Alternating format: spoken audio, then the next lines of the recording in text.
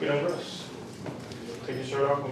I'm gonna give your pants back because we have no jumpsuit here. You're gonna be wearing your joints.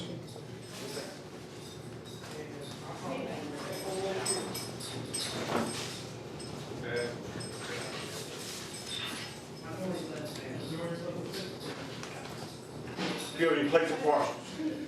Open your mouth. Make you lift your tongue. Okay, go behind your ears. Go through your hair for me. Okay, lift your hands straight up. Lift your side. Turn around. Turn your right foot, left foot. Squat for me. Okay, put everything on.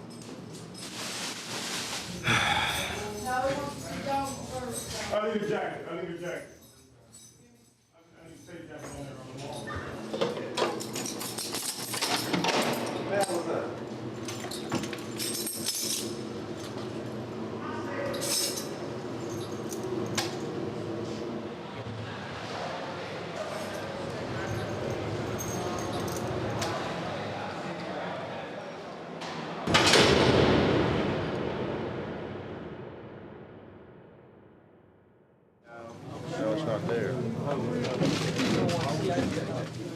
Officer P.J. Walker, you're now relieved. Officer Lushy showed up. He forgot about his in-service day. The headquarters took the trash up to the gate. Remember, these people are not here because they're responsible. We have to go behind and make sure they get the job done. Everybody good shit. Hey, Pat. Oh, Yes, ma'am.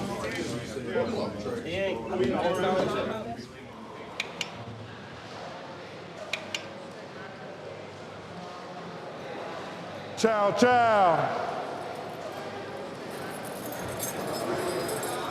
Kel.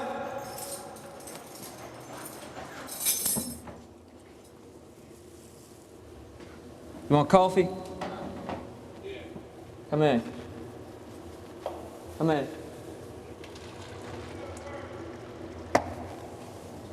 How many coffees you want? 2.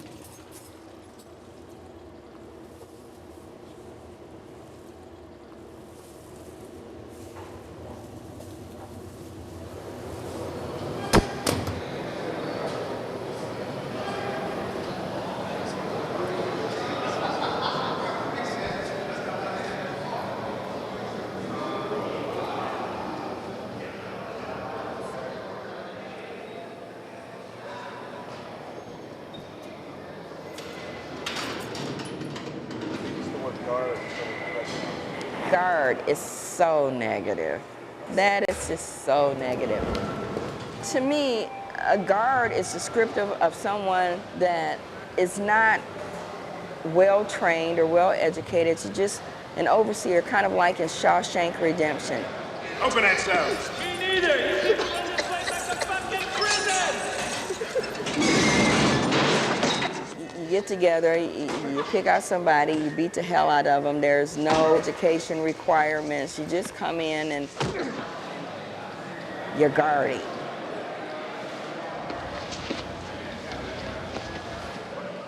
We run a different kind of camp here, and I think it could pretty well be attested to. We don't have as many episodes of violence.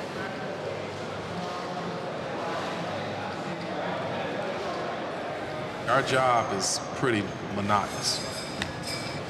That's the reason why they always want to put the exciting things, the violence and all this other stuff involved in their prison genre movies or TV shows or whatever.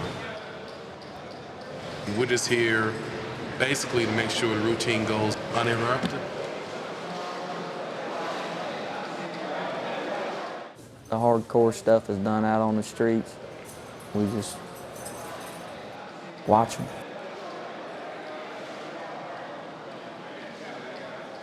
When you're first starting, people, you know, some of the people training you say you're the best paid babysitter in the world, and you really are, because lots of them just act like big, dumb, you know, aggressive kids. Pull your pants up at least, okay? There you go. I don't want somebody to see me. No, I just want them to see a 4-man cell. So you can take your movie star stuff out the way. Come on out.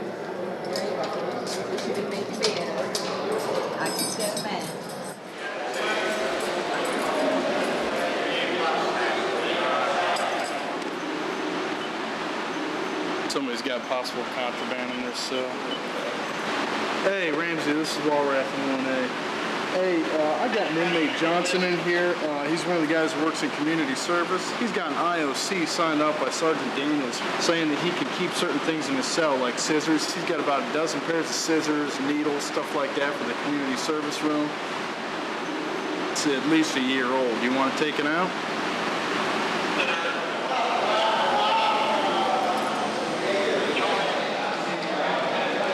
Right there.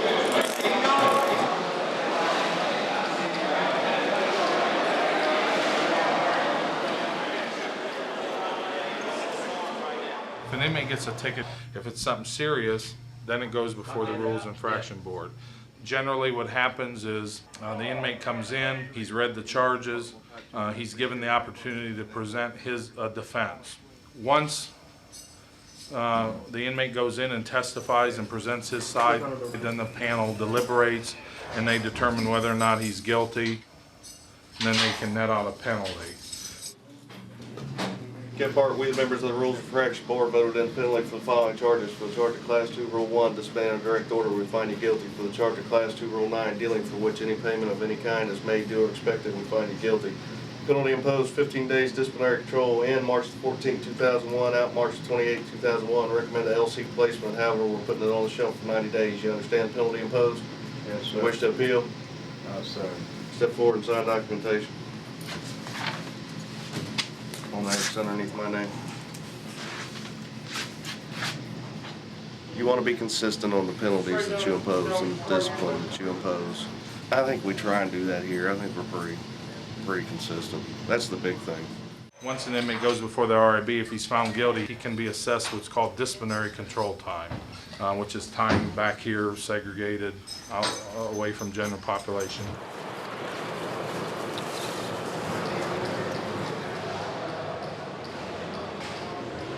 I wouldn't want to be in here. I mean,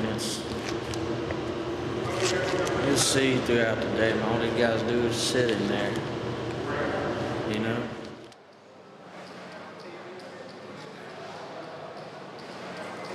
Oh yeah, you can smell it right here. And it's been scrubbed, I mean like 2 or 3 times. This guy was rubbing human defecation all over himself, man. Located, sir. Could you Why call was us he back doing at that? extension 2402? I don't know. Okay, Guess it's mental. I don't know why he Maybe did put it it. around your neck. And, one day we caught him putting some feces on his toothbrush, brush his teeth like that. He took and drew a window on his wall and feces.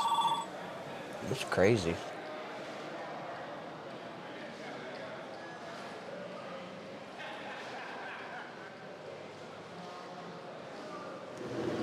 I think that's where a lot of the problems in this unit come from. They're in there in their cells and there's nothing to do and they just go nuts. Well, I'm on this. Look, I've been trying to get this here eliminated. What is it? I've been on hunger strike. I ain't ate since Friday noon Well, what is that for? because their population quarter drew. Keep messing with my food, call me PC bitches, all this, making threats and all that. Man, I've been trying to lay back. You know, I've been cool, man. I've been Well, are you still on that? Huh? You still on that? Yeah. It's stuck on cold. This is the amount of rust you got in the water down here. That's rust.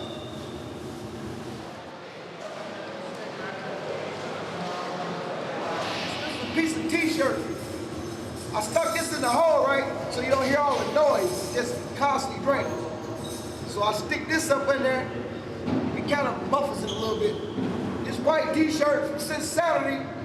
Maintenance due, they repairs on Tuesday. Officer called 2 times yesterday for repairs. I work maintenance here. But that don't hold no note. Do they care? No. When we come to the hole, all we got is t-shirts, drawers, and socks. So everything I got right now is in the vault. We don't got no privacy. Now, look right here, look at the toilet. See the toilet? Then we got to do stuff like this. You take this,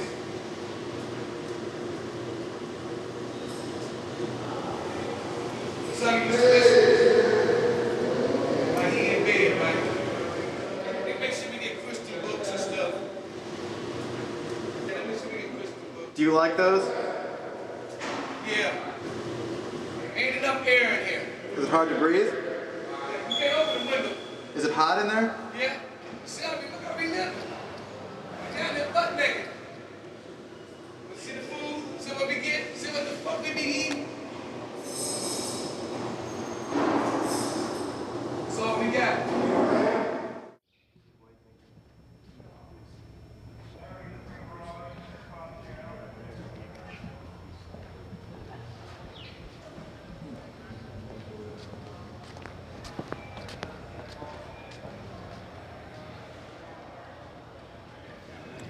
All push-ups, chin-ups, pull-ups, walking, Keeping in shape.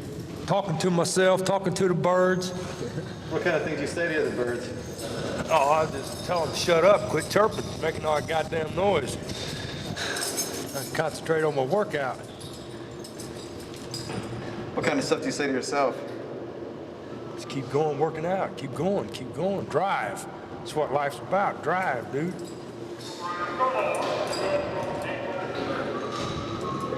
Not much else you can say to yourself. Get out of the hole and try to stay out.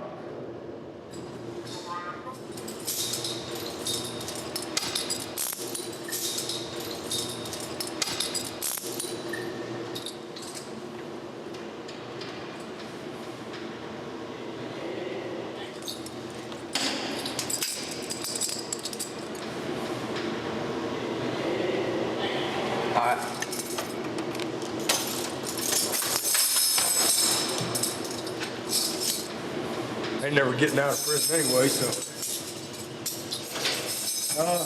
It's the nature of the beast, crime and punishment. I can always hope there ain't nothing wrong with that, but just don't look good. Just depends on how strong you are. Let me get that belt, man.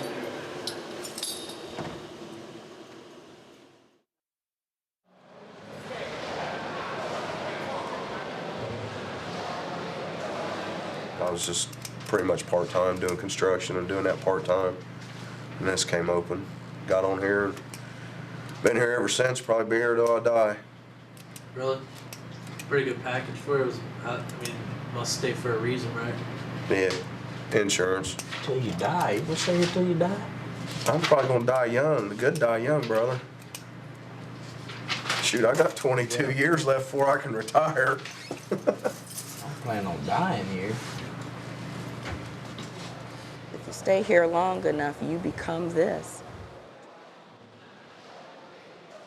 Well, I mean, it's prison, you know, you're locked up. 8 hours a day, I'm locked up, the way I see it. I'm just like, damn, this is crazy. Well, if they weren't before, this job will make you a different type of person.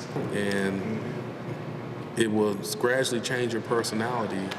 It makes you incredibly cynical and cautious and distrusting. You're going to forever be bringing your logical and your rational and your normal way of thinking in here, trying to incorporate it in an illogical, irrational, and dysfunctional environment. It's a balancing act. We have a saying, leave your work problems here and pick up your home life problems at the door and vice versa. If you mix both of them, it's just a bad mix. Did y'all hear about Mona? Mona got walked out for bringing drugs to the institution. I've been on investigation for over 3 years. The inmates a lot of times just keep us in check, you know, and the inmates gonna turn you over eventually.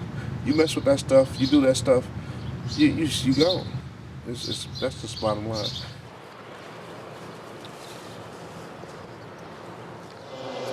Oh yeah, if you can't deal with the stress, you know, I had to deal with that for a while. You know, you'll turn into a real asshole. That's what my wife told me anyways. When you're going through the grind every day, you get kind of burnt out, tend to take your problems home with you. If you take this home with you, it'll ruin everything. You go home and ask you how was your day, and it's like, I don't want to talk about it. Let's talk about something else. How was your day? He doesn't talk about it a whole lot per se, but you can tell in his actions. Yeah. So, for the most part, he keeps it together. Every now and then, you know, he'll blow up. you know, just over something small just because of what he experienced. When he gets mad and talks, you know, you have to differentiate, you know, it's the family and not the prisoners. You know, turn that shit off. You out of there now. You know, turn it off.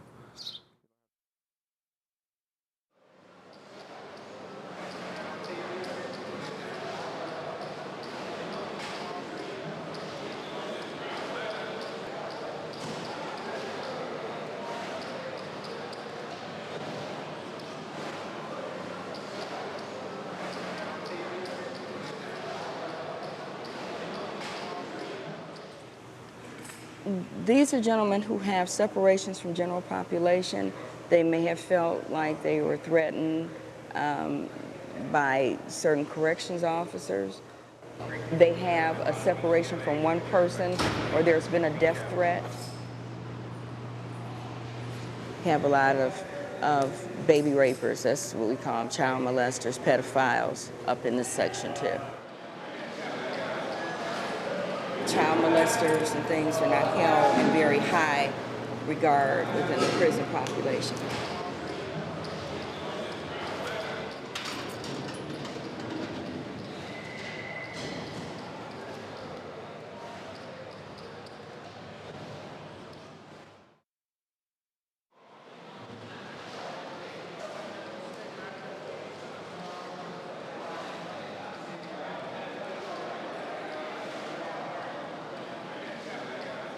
Some people here we have extreme cases of mental problems, you know, in some instances actually, you know, mental retardation.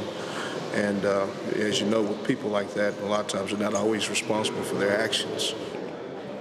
I guess he would be kind of functionally retarded, maybe the guy that's sucking his thumb. He committed a felony, but he's actually very childlike.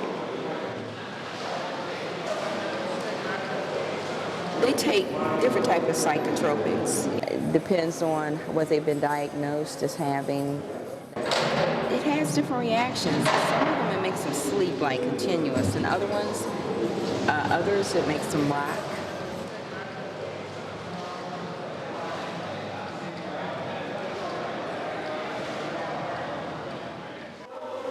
I'm supposed to be getting out this year sometime. Oh yeah? Yeah. I got 6 more years to do on a life sentence. What are you in there for? Rape.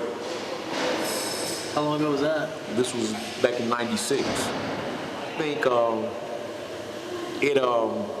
it messes with a person's mind being locked up in a cage like an animal.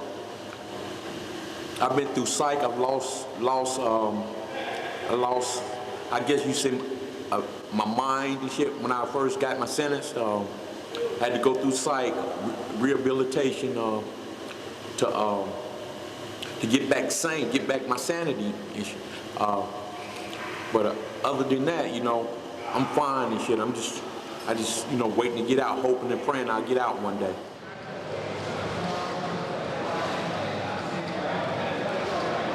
They're all basically insane. You just see funny stuff. Like what? Just the way they talk, the way they act, their mannerisms. And, you know, we had one guy up there that thought he was the Antichrist. Another guy thought he was Jesus. There was actually a white dude up there thought he was Wesley Snipes. You know, but they were, you know, something wrong in the head with them before they got locked up anyways. So, but, you know, it's free entertainment. But I'm sure it's like that everywhere. No matter where you go, you got to deal with idiots. You know, we have 1,500 of them.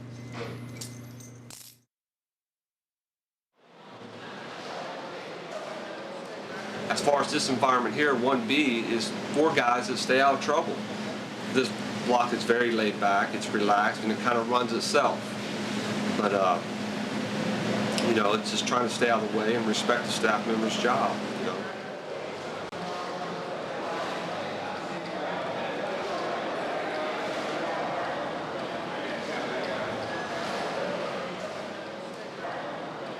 And there's nothing different about this pod. It's just that the only difference in privileges is that you can take a shower anytime you want. You get an extra visit a month. You can go to the library anytime you want. You can go to the recreation department anytime you want when the hours are called. it takes stress away from you. Sometimes when you're pretty much stressed out, she's like almost like a kid herself. She's gonna show you her affection. She's willing to more or less come towards you, sometimes, and find out what your mood is today, because sometimes your moods can swing by being in a prison. In here, it's almost like a mindset, a macho type thing. Everybody must remain hard, you know what I'm saying? You can see guys sometimes like, would normally be a hard type, a dog will come up to her and the first thing she do is wants to pet it.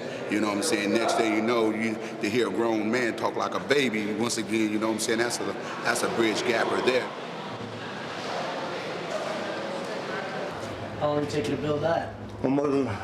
Working time, almost a year. And it's all made out of popsicle sticks and Elmer's glue. Got to use toenail clippers for all your tools, and that's it. Try to get it done by this Christmas to get it out to my granddaughter. That's the worst part about being locked up is being away from your family. You can get along with your cellie and everything else, but that's not family, you know? It's nothing like, you know, being able to hoop and holler at the youngins and stuff like that, you know, or anything. How long are you in here for?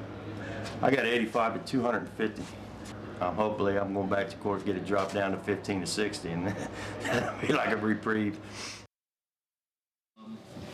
This area is used also as a classroom, part-time classroom for GED classes. A lot of cutbacks. 96, 97 was the year that happened, and we fell from 250 students to 40. That's one of the things that has been a negative impact. 98% of these guys are going to get out back on the street someday. Close to 70% don't have a high school diploma or GED when they come in here. Would you rather have them sitting in here playing cards or playing chess and spot all day long, or would you rather have them have some kind of degree or skill that they can get back out and take back out? People have to realize it's all well and good to say you want to lock up somebody for the rest of their life. The problem is, if you lock that person up, then you have to deal with that person. You have to feed him, you have to house him, you have to take care of all his medical benefits. There's a lot more involved to it than just turning that key and forgetting about that person.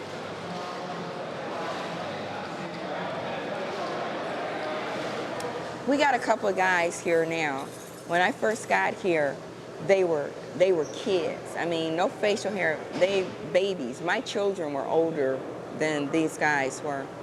And they used to put little green stars on their ID badges so that they knew to give them whole milk, so that their daily nutritional requirements were being met. They were just that young. Yeah, I think Chad and Jones were both about 16. I know, like I said, when I first got here, they were short and they looked like little bitty kids amongst all these men.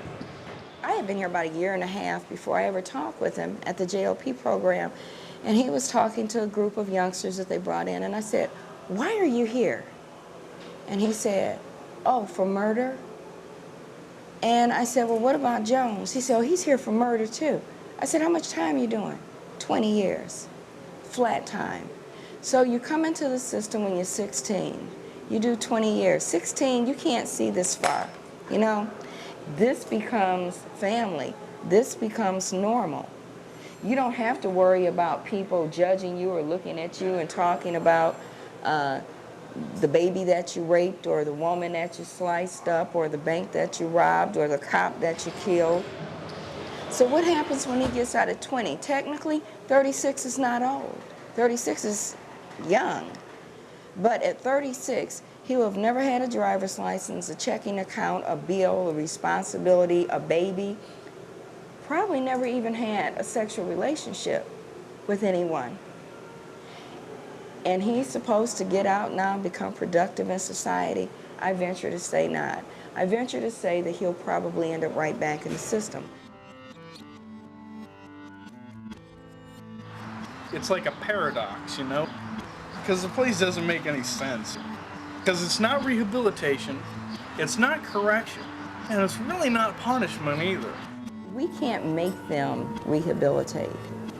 You know, I mean, we can't step on their necks and make them rehabilitate, and they have to really want to do that. And if this is all that they've ever known, they're not going to change. I'd say at least 95% of the people that get out come back. 95% of the people that I've seen on the streets, they back in. I watched this guy get his GED. I watched him get a 2-year degree. He said, one day I'd like to be able to meet you on the streets. You know, you and your family, me and my family, and we could go to somewhere and sit down and have dinner together without me having to look behind my shoulder. You know what I'm saying? I've often dreamed about doing this, you know. I really thought that young man had a chance. He got out, man, and it wasn't 6 months. He had killed somebody. You know, out there trying to, you know who I am, you know, I'm Tone DeLeon, you know, back in jail, prison.